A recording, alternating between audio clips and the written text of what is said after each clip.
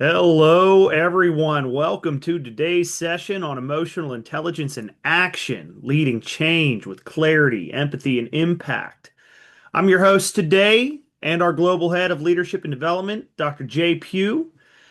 I want to make sure everybody is as comfortable as possible, so we'll give everybody a moment to make their way in.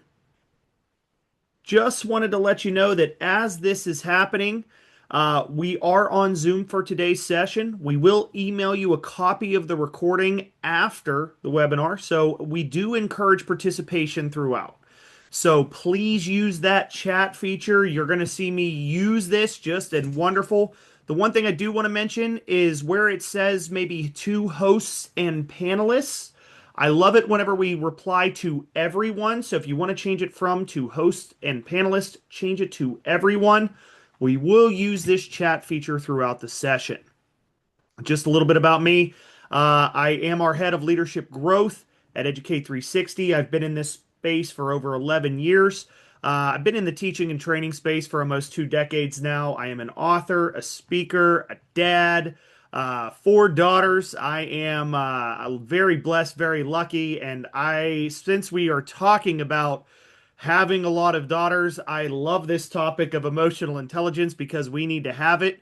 But more importantly, the reason why I want to get into emotional intelligence for today is because I want us to think about why EI is going to be such a critical skill to have, especially over the next 5 years. Why do we think EI is so crucial? What elements of it are going to be important? Why do we think it's going to be critical to have all the way through about 2030 at a minimum? I want to give everybody an opportunity to go ahead and start typing in the chat. Why do we think that's going to be the case?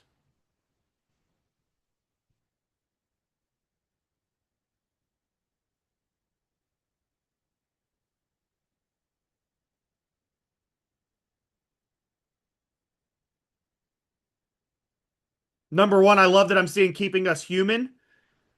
Yeah. Number one, it does keep us human. There's an element of empathy.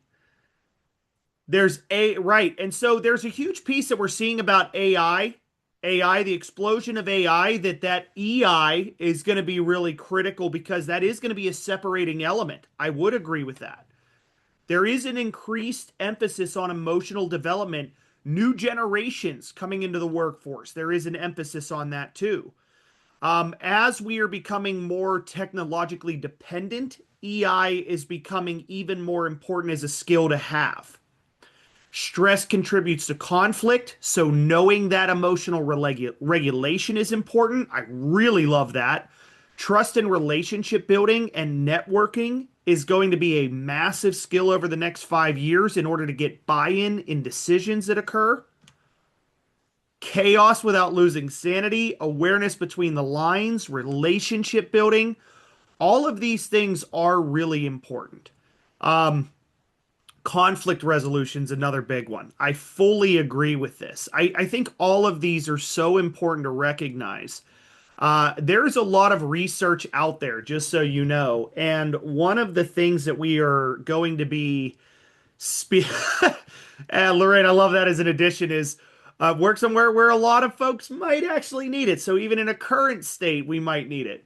And so it is really important to build the relationships. And I apologize if my voice is a little hoarse. I'm fighting a little bit of a cold, but it is a really important piece to understand that as we are evolving into this age of AI and efficiency and technological, not dependency per se, but technological efficiency, there are some key skills that AI is going to enhance that human skills are going to need to be really important with.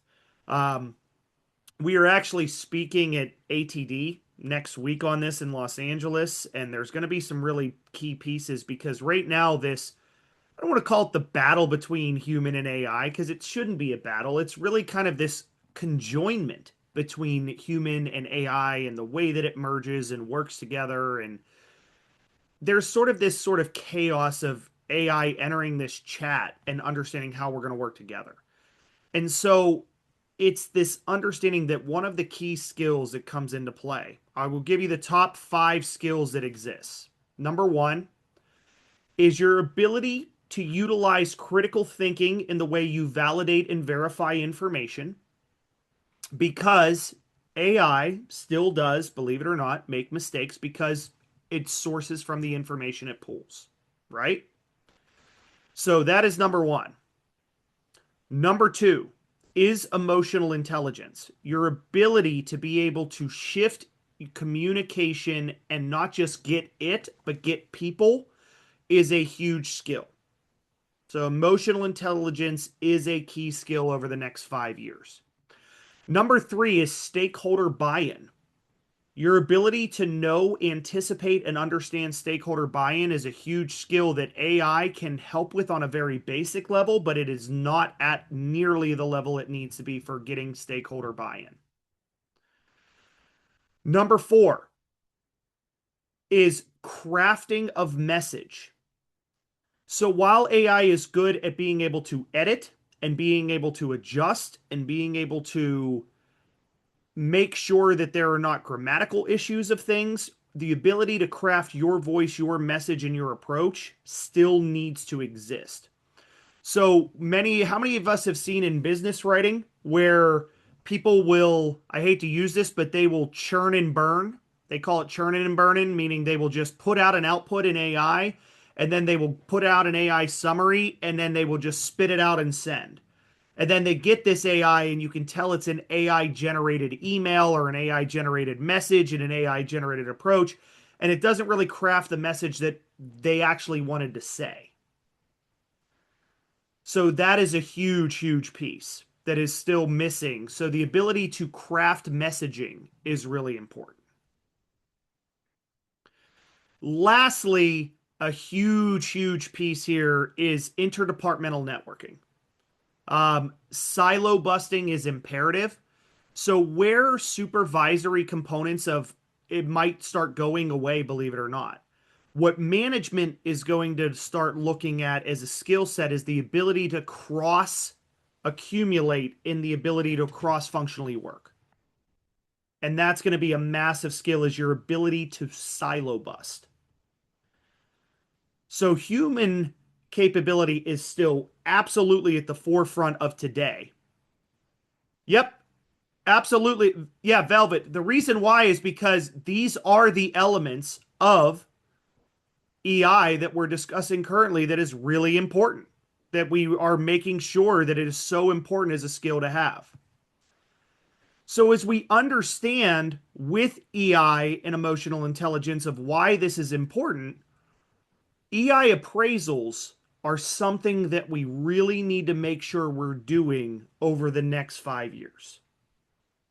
And so as we go through this, there are 4 critical elements of EI we need to evaluate in the way that we're communicating with others. The reason why, great question. And I do not like to mispronounce if it's Nilambari. I do not like to mispronounce, and if you want to change that from host to panelist to everyone, there was a question of why only 5 years. The reason why is because that is the typical shift of a market is between about 3 to 5 years in the way that it works. And normally there are new challenges that typically come into play. I bring this up because if you look about 5 years ago, a huge challenge was remote work flexibility and balance. You know, if you really look 5 years ago, COVID, and that was a huge balance.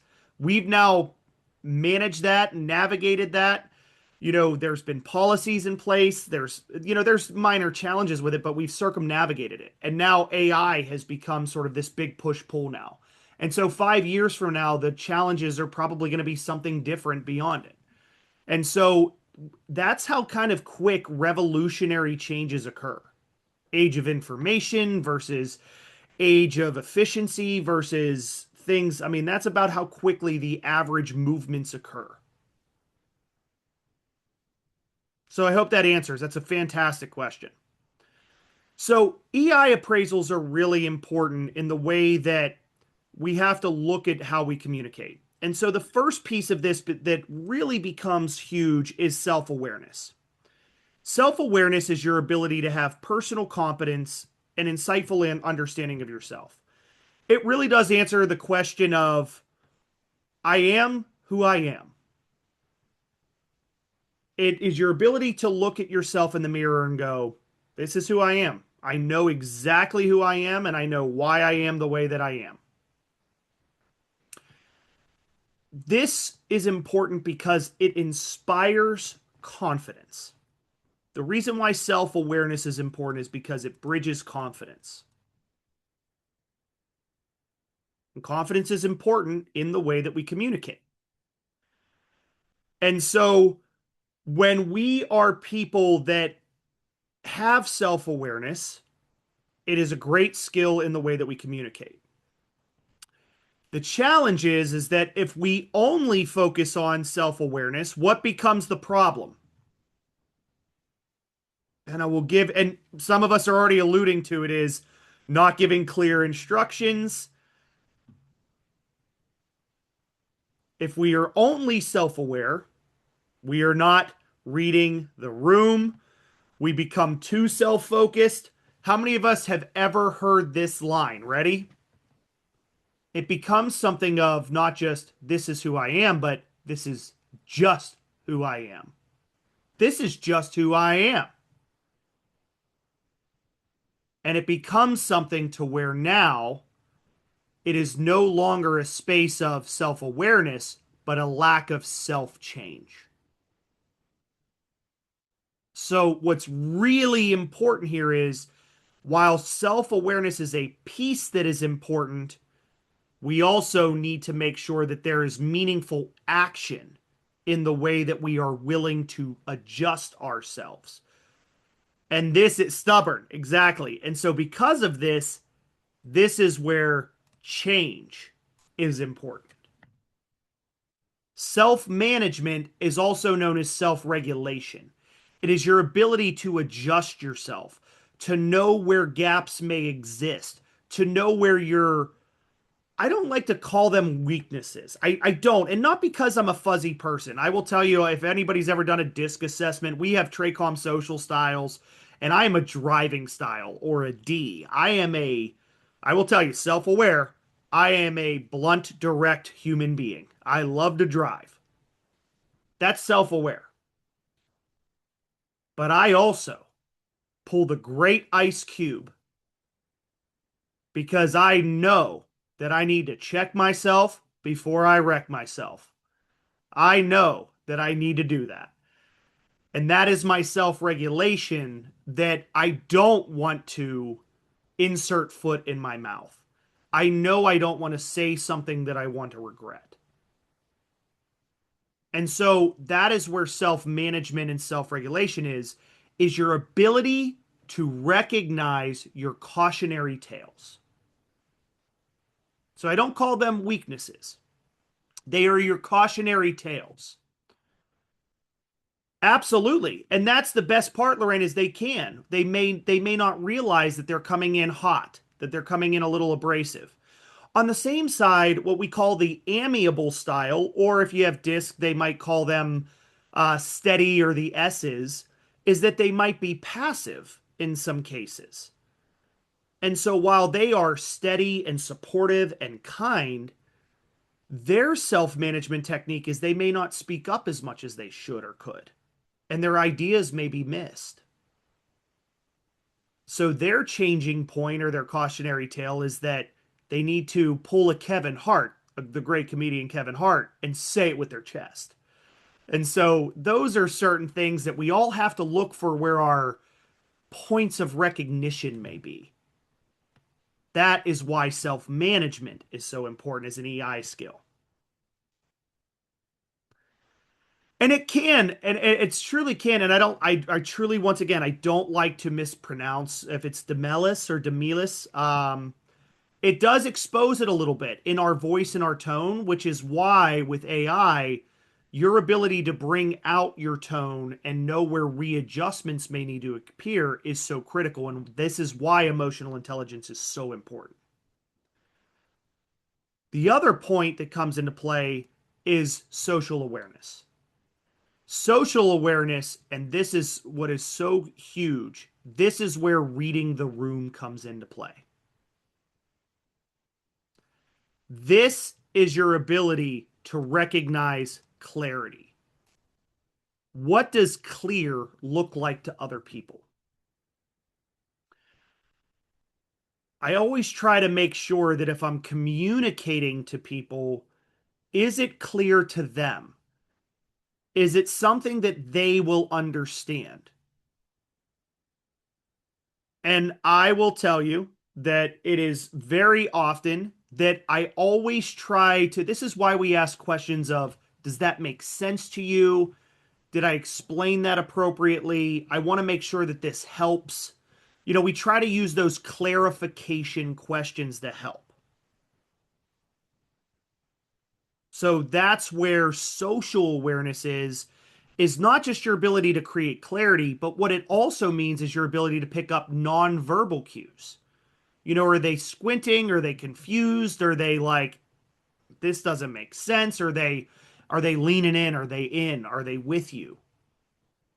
Did they disengage? So that's where social awareness is really important. And the last one that is really important is the relationship management. This is social competence, but this is the meaningful action behind it.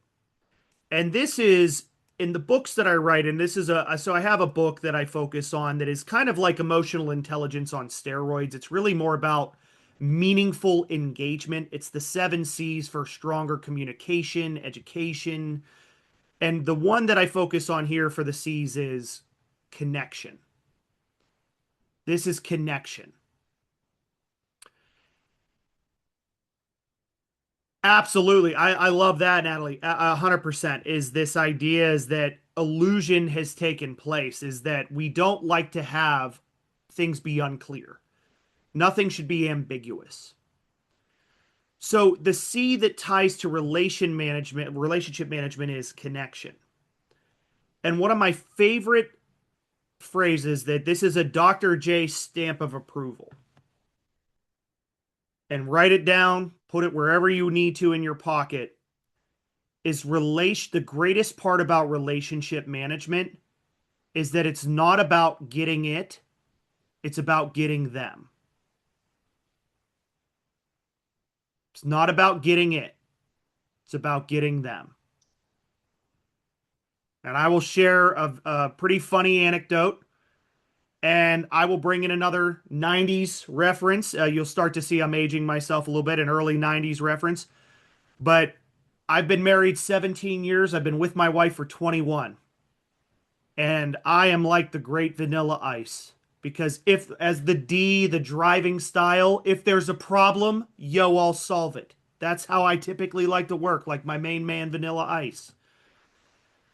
But if my wife is frustrated with something, she's aggravated with something, and I know how to solve it, she's not going to go, look at you go, you're the world's best hubby. It's not how it works. See, that is where clarity and connection, or that social awareness and that relationship management, really means something, because it's no longer about getting it. I got it. I got the problem. But I didn't get her. And so what needs to happen is I got to stop being Vanilla Ice and I got to start being Vanilla Ice, because I got to stop, collaborate, and listen. I just got to stop, be a part of it with her, be in it with her, and lean in and be a part of it and just sit in with it and live in what we call live in the suck with it. That's getting her. That's connection. So relationship management matters. And if you've worked with people, and I know that if you've have work best friends or if you've people that you've really connected with, it's because you've demonstrated that deeper relationship management with other people. Ice Ice Baby, that's it. I got my sidekicks in the back, that's it. So we have to make sure that all 4 of these elements are really critical to have. And I mean this because AI does not have this capability. It is amazing with pattern recognition. It is amazing with conversation recollection. It is amazing with drawing from A to B and making that sort of patterning, but it does not have the ability to pick up on those deeper cues and know how to move in that deeper connection. That is why this is a huge skill to still have. This is what breeds deeper motivation. It's what breeds better empathy. It's what breeds stronger work. It's what keeps people with us in the way that we work. It's what keeps culture strong. That is why this is so huge. Pretty awesome.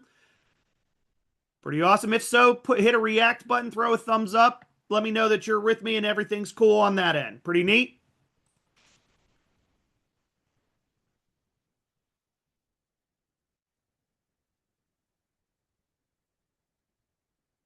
Awesome. Okay. Fantastic. So as we continue, then I want to take a half step back, and I kind of want to go to the self-management or the self-regulation. And I'm going to ask a very honest question for a moment. By a show of hands, how many of us maybe were frustrated in the past week with something? Maybe even angry. Something may have just bleeped. A bleep moment.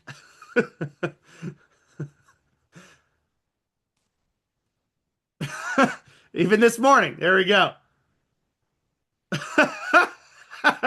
If somebody breathes, it annoys me. There we go. So, the question that I get into is how do we self regulate or self manage when that stress arises? Because this is a huge part of the emotional intelligence. How do we self manage? How do we self regulate? How do we navigate through it?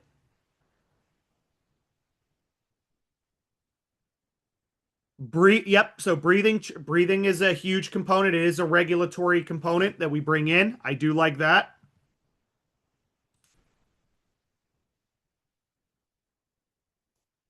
Yeah. So something physical. Anita, yep. Something physical.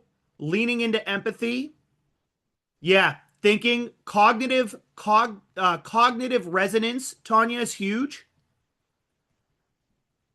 Square breathing. Excellent. Physical relocation, Chandler, is important. Being able to physically, and Amanda, yes, being able to step up and step away is huge. Reasoning, logical reasoning is a huge skill. Yep, and that's part of the identifying and putting emotions, identifying and understanding the emotions you're feeling. Also some other things, and without going into super big things, but prayer, meditation, other approaches, something that we call recalibration is important. Sometimes comfort, going to a space of comfort is important. Excellent. I do love this. So one thing that's an emotional regulation technique is recognizing the source of the feeling. That is a huge piece. So, sourcing is a huge component. Recognizing that this is a source of anger, a source of fear, a source of shame, a source of something that comes into play is a huge piece. So, this is where when we reach out to people and we try to go, what am I missing? What we're normally missing is a source. So, we try to define where the source of anger exists or the source of fear. We try to define it. And Chandler, what you just said is so spot on, right? If we look at where a source of anger looks at, we try to see what it comes from. And maybe that anger is tied to a second emotion, or it might be tied to multiple things. That's why if we're angry about something and then we try to go, well, I'm angry, but then we solve the anger, we still don't feel like we got through it. Well, it may be tied to another source. because it may be fear driven. And there it is, right? Self control, right? It could be fear of losing control. It could be fear of uncertainty. It could truly be sadness. It could be sadness driven. It could be a sadness of loss. So your ability to actually, and I will tell you once again, coming from a person that I am not a deep, empathetic human being. This is why I love teaching EI, to be honest with you. For people that are very in tune with empathy and their feelings, I like when they teach it, but I'm teaching this with coming from somebody that I'm not sourced with a high level of empathy and I am not sourced with a high level of feelings. So this is why I truly do value emotional intelligence from a thought-provoking perspective. I use this to ground myself. Has anybody ever heard the term grounding? And I don't mean like Alyssa, you're grounded, or Amy, you're grounded.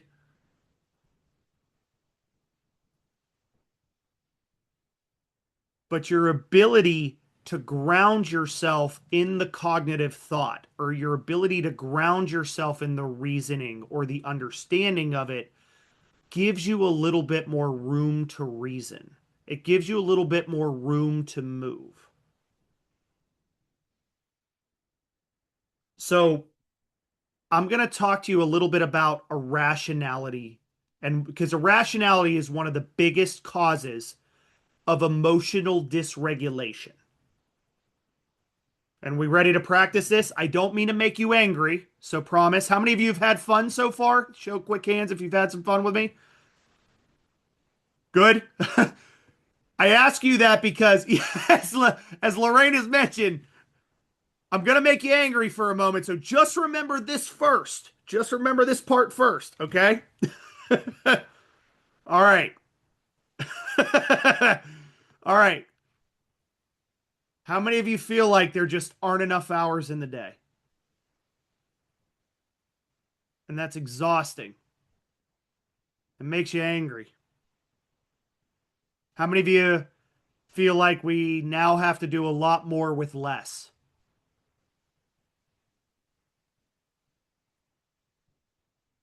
And sometimes, candidly speaking, there's people that make, excuse my French, but maybe some dumb decisions and it affects people in a bad way.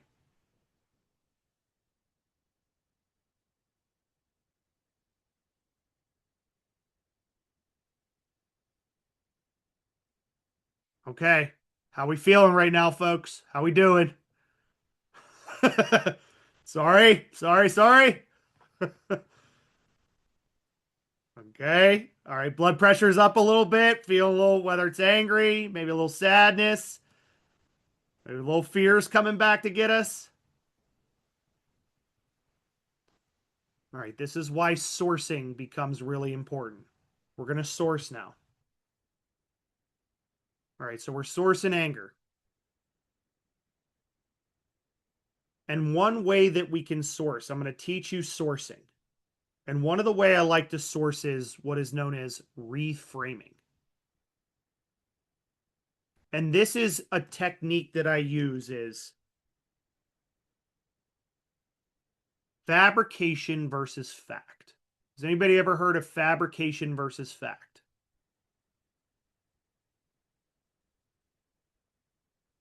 And if not, you could just put a quick no in the chat and that's no sweat. Seriously, because this is where it's fun. Perfect. Perfect. Ready for this? There aren't enough hours in the day. Okay. Let's break this down into what is fact and what is fabrication. Okay.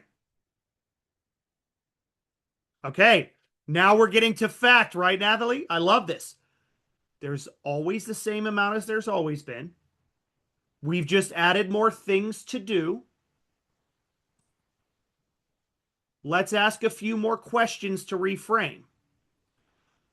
Are there things that we're doing that we're putting out the same fires that we might be able to create a little bit more efficiency on and save ourselves a little bit more time?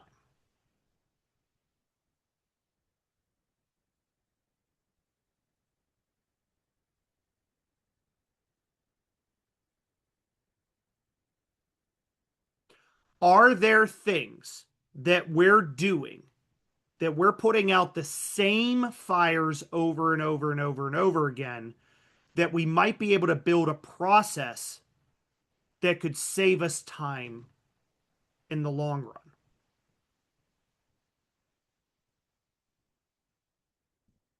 How many of us, and Dominic, you just caught it, right? How many of us might be able to see an opportunity where a hair more proactive thinking or processing might give us a little bit more wiggle room to work on other things? And so I'll give you this as an example. Every time I feel like I am heavy with pressure and deadlines and a bunch of things, once I get through that pressure point, what I immediately look for is what fires am I constantly putting out that I need to build a process so that I'm not doing that again.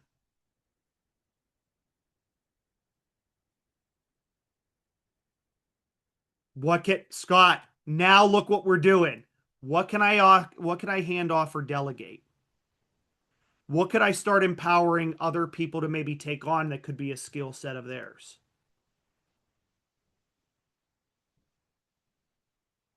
What are opportunities that we could start shifting? Is it really a fire? What could I pull in Elsa from Frozen and let go? What could I let it go? This is where recalibration and grounding come into play. This is why EI is so important in the grounding technique. And not saying that there isn't some truth that, look, we are under the pressure and we are under the frustration, and there is truth to this. But sometimes we overwhelm with this catastrophizing, and that comes back to us. So what I always try to do is, if something's a scary situation, what I try to do is recalibrate the perspective by moving from fabrication to fact to lower my stress response. That's what I shift. So what I used to run into, and I will tell you, we have 60 salespeople in our organization, and not all of them know how to sell leadership because it's not an easy sell. There's diagnoses, there's pain points, there's pressure points, there's challenges, there's all kinds of stuff, right? So what do you think the likelihood that I'm getting bombarded with 70,000 questions a day in the very beginning was? Very likely. Very, very likely. So that was no longer a fire I wanted.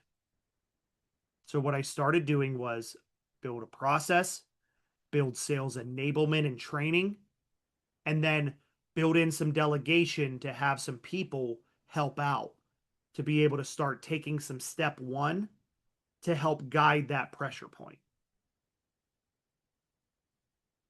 But I had to ground myself first. If I couldn't get out of this space of fabrication, I couldn't move to fact. Pretty cool technique.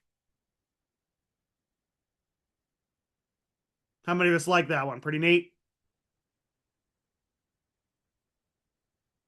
So the next time we're feeling like we're catastrophizing, we need to go into self-regulation, back to this EI component of self-management and self-regulation, and we need to reframe. So I got nerves. Hey, nerves are a sign of growth. We're under the pressure to win. Man, how cool is it to be at this level of the game? Oh, I got a new boss. What an opportunity to win him over. I feel like I'm being judged. Do you know what? This is a new perspective I'm not seeing.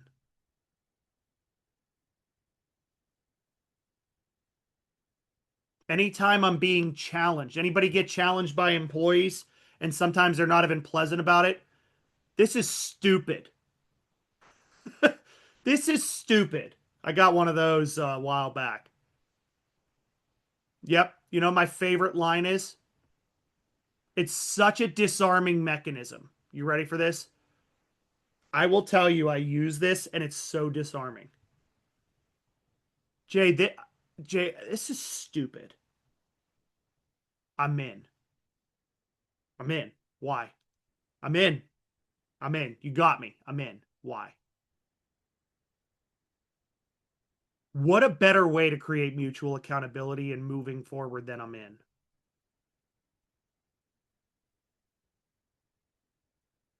I don't like the way this is done. I'm in.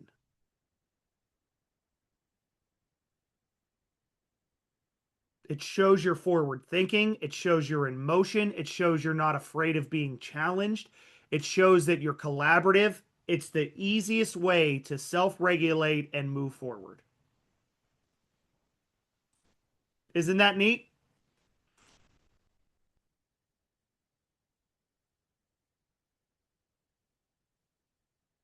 So that's one way I like to handle resistance or pushback.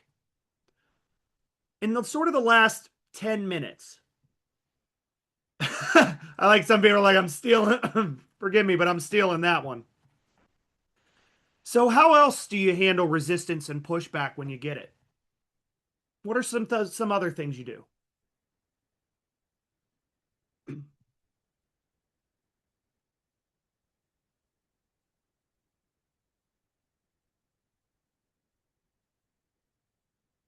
Oh, yeah, I love that. Being able to lean into questions, silence, let them elaborate through silence. I like it. Let them know the why, help me to help you, seeking understanding, digging deeper. I really like this. Actively listening. These are all great. Using curiosity. I love a good what if, a little bit of play on that. Facts are good. Cause and effects. Yeah, asking for input is big. One of the biggest things that I'm always a fan of is not taking anything personally. I really, really do. I don't take anything personally. I love this idea of putting myself in their shoes. So ready for another Dr. J stamp? Yeah, the Michael Scott effect. Talk to me like I'm four. I like that. Yep, dig deep to find their why. I like it. I love the involvement, the collaboration. Win-win. How do we win? Excellent. This is all great. This is awesome, folks. These are all great strategies. I do mean this. I think one of the coolest things about this is to talk about the shoes example. Dr. J Stamp, one of the best things I always like to say is that it's very easy to say, I need to put myself in their shoes. But you know what nobody ever talks about? You got to take your own off first. You can't walk in two pair of shoes. So if you're going to put yourself in their shoes, you really have to remove your own bias for that time being. So if I'm going to listen to their perspective, my perspective for that moment cannot exist. Cannot exist.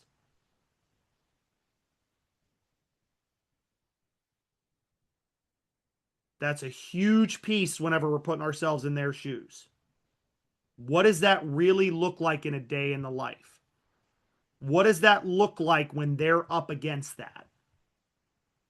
Not from my lens. So, one of my favorite things that I love to ask people whenever there's conflict between two team members or two things is they'll be like, this person, they just don't get it. They're this and they're that. And I would say, would they say that about themselves? What would they say?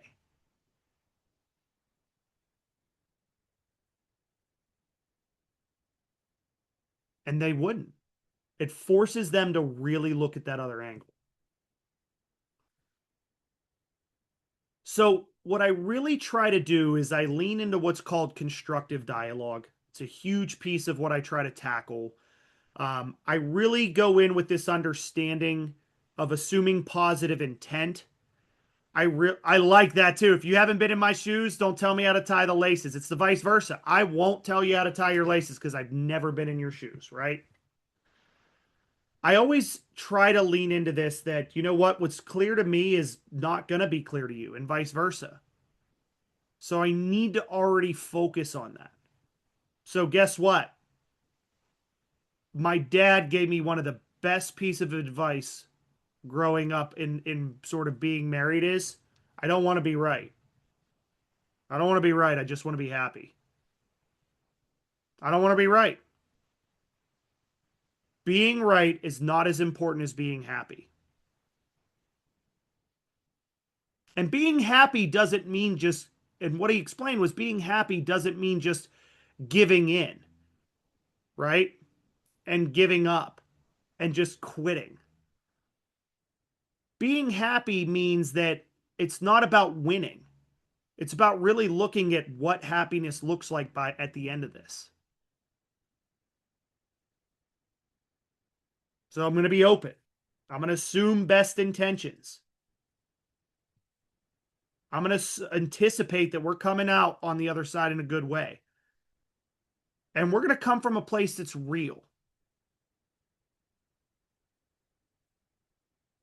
So here's how I take this. This is sort of the 1, 2, 3 step of this. We ready? Here's a 1, 2, 3. This will be the last thing I teach you today, and then we'll get into some Q&A. First thing that I consider in this is that you versus me is no longer an arena that exists.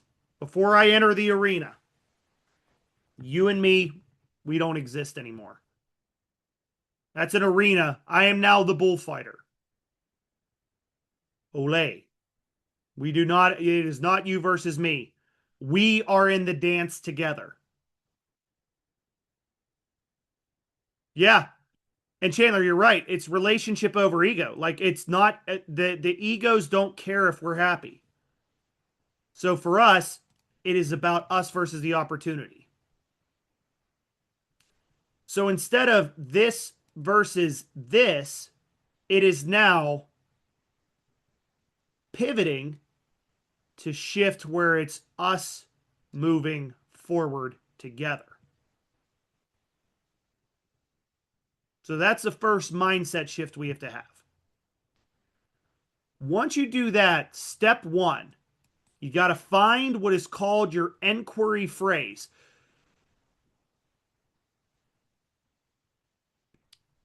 Absolutely. I love these quotes coming in. And this is all true. It's just we have to remind ourselves in the moment.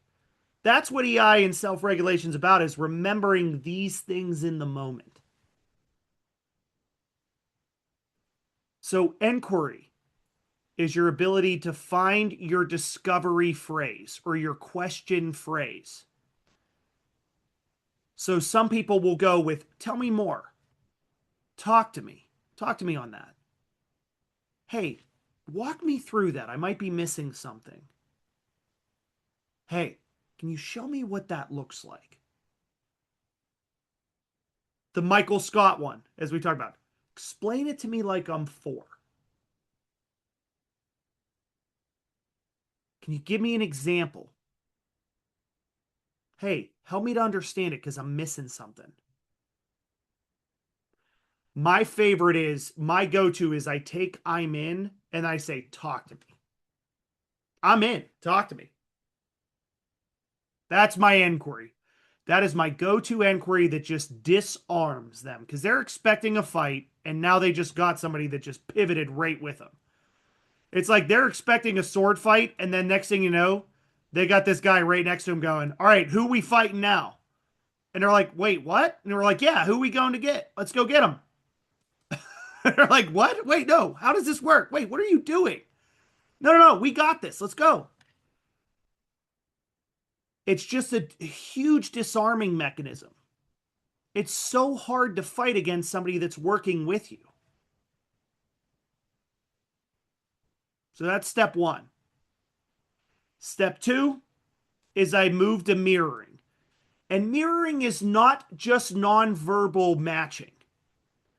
Verbal mirroring is your ability to create alignment. So before I move, this is kind of like step 2 and step 2.5 right here. I'm going to give you a little extra on this. Ready? So once I fully listen, I will create a moment of alignment where I will say, okay, okay. So what you're saying is, and please correct me if I'm wrong here, that is the spiciest little phrase you can throw in. It is chef's kiss if you can pull that off. And I mean that because correct me if I'm wrong gives you the out to be wrong.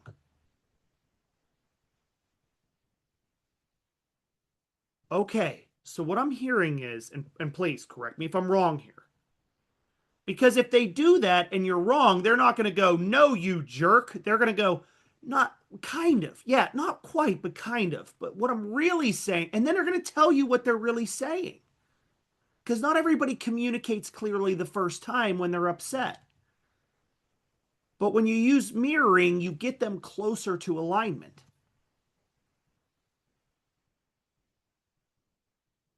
Finally, and this is step 3, and I will tell you that if you don't do step 3, you have botched step 1 and 2 all over again. The word but must be eliminated. If you put all that work into help me understand, and so what you're saying, and correct me if I'm wrong, and then you go, I see what you're saying, but you just negated everything you just did. So what I do is I go, I see what you're saying. And I also think there's something over here that we have to consider. So I think there's something here that we have to work through together on this to make this happen. My boss, she's our chief strategy officer. She's one of the most brilliant at doing this, and she does it so much better than me. I can't pull it off. But she's like, yes, yes, yes, and I'm like, you're so good at that. And I can't do it. I can't do it. I'm like, I like that. I do like that. And I also think there's something here that we also got to kind of weave in to make this happen. So I'm like weaving. I weave. That's my go-to. But you got to yes and it. You got to be inclusive, not negating. So negation language can't exist in this when you're trying to work through it. So that's your 1, 2, 3, folks. That's how we work through that constructive dialogue with some more emotional honesty. Pretty cool? So, with that said, I'm going to open up the floor to some questions. And don't forget that if you need any additional information, and this will be in the chat, please visit Watermark Learning or educate360.com. There is a lot of great resources. We have 2 classes on this. We have Foundations of Emotional Intelligence, which is kind of like our level 1. And then we have Expanding Your Emotional Intelligence, which goes even further in this space. That's really, really deep. So we really have some key components, that's some good resources to check out, and some key classes on this, and it's critical. But with that said, I will give a little room to open up to some questions. So that's going to be some big things. And so, and to look at some questions coming in, help influence on a EI. I would say, Lorraine, one of the biggest things we do, and it's more cost effective when we do these things, is we have dedicated events on emotional intelligence, whether it's the foundations or whether it's the expanding your emotional intelligence. And the reason why we like doing the dedicated events is, number one, it's more cost effective than a per student rate. It's more of a per day rate. But the other advantage is that you actually get more team alignment when you do that, rather than just taking it as an open enrollment. Because open enrollment, you'll get the skills, but when you do it as a dedicated event, you actually see the perspectives, you work through that, and then you have strategic alignment when you leave. So there's actually a little bit more like benefit that comes organizationally when we do those things. So really great question on that. That's typically how we work through that when we do those things. And if we're interested, like I said, I mean, we have reps and we have things like reach out to us. Like we're happy to do that. Like my link, like I said, I'll put my LinkedIn here. Like reach out to me. We'll get you to somebody and we'll make sure that we can do that. We diagnose it so we can find out more about what's needed and help out with that. That's what we do as partners. I will say we're not vendors, we're partners. I hate the word vendor because we're not just here to teach you a class. I hate that. I wouldn't have gotten into this if we do that. Um, awesome. What if I'm the one doing the pushback? How do we do that with empathy and constructive dialogue? Stephanie, I think intentions is such a key word. I think we come in with transparency of saying, "Hey, look all, if I'm coming in with pushback, know that I'm doing it because my role is to make us better in this. So I'm not doing this to make us feel bad about anything, but if I ask us good questions, it makes us stronger in the way that we do this. So I always like to use the teach a person to fish, right? If this is why I ask questions and push back, because if I just gave us the answers, we wouldn't be good at what we're doing. So that's it. I'm coming from that place of love, but I want to challenge us to be great. So that's why we're doing that. So I would say lead with a hair more transparency before the pushback. That's a huge thing I like to do, if that helps. Going down, going down. Excellent. Yeah, and sometimes it is removing, and I would say not just take the emotion out of it, Natalie. I think it's okay to say, look, we understand that there's emotion behind this, but it is important to make sure that we are moving with clarity, right? It is okay to say that, right? We are moving with clarity. Uh, just a reminder, you do have access to this recording. The recording will be sent afterward. So everybody does get this recording.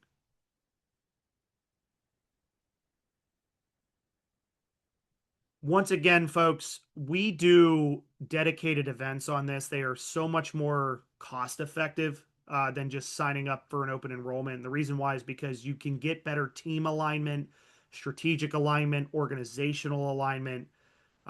It does help. So if there's anything I can help with, I'm happy to be a resource for you. That's what we do. We partner with a lot of organizations to really see what we can do to help. But other than that, really appreciate you being a part of this, and thanks for joining me. And I hope you all have a wonderful rest of your week, and I'll see you around.